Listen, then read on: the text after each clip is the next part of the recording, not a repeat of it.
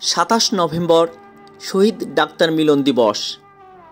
1990 সালের 27 নভেম্বর স্বৈর শাসন বিরোধী আন্দোলনের সময় সামরিক ছাউনি থেকে জন্ম নেয়া তৎকালীন সামরিক বাহিনীর সাবেক প্রধান জেনারেল এরশাদের রাজনৈতিক সংগঠন জাতীয় পার্টির সরকারের সমর্থিত সন্ত্রাসীদের গুলিতে ঢাকা বিশ্ববিদ্যালয়ের টিএসসি চত্বরে ডাক্তার শামসুল আলম খান মিলন নিহত হন।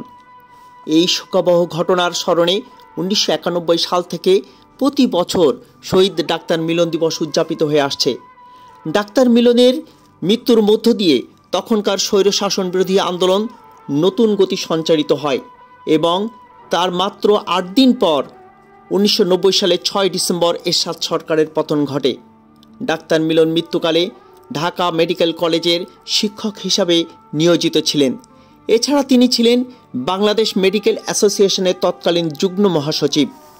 ডাক্তার মিলন স্মরণে ঢাকা বিশ্ববিদ্যালয়ের দক্ষিণ পূর্ব কোণে নির্মিত হয়েছে নিঝুম নামে স্মৃতিস্তম্ভ।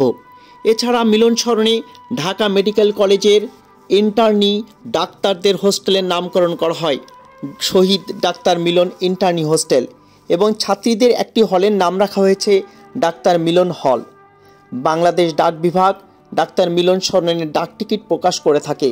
বিভিন্ন রাজনৈতিক ও সামাজিক সংগঠন, চিকিৎসক সংগঠন বিভিন্ন কর্মসূচির মধ্য দিয়ে মিলন দিবস পালন করে।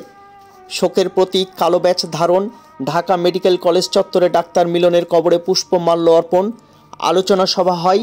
দেশের রাষ্ট্রপতি, মন্ত্রী, প্রধানমন্ত্রী বাণী প্রদান করে থাকেন। ডাক্তার মিলনের বিদেহী আত্মার শান্তি কামনা করছি। শোক সন্তপ্ত পরিবারের প্রতি সমবেদনা জ্ঞাপন করছি। ডাক্তার মিলনের মতো এমন সকল মৃত্যু চিরতরে বন্ধ হোক। সেনা ছাউনি থেকে সকল প্রকার রাজনৈতিক নেতা, নেতৃত্ব বা রাজনৈতিক সংগঠন তৈরি চিরতরে বন্ধ হোক। এই হোক ডাক্তার মিলন দিবসের শপথ।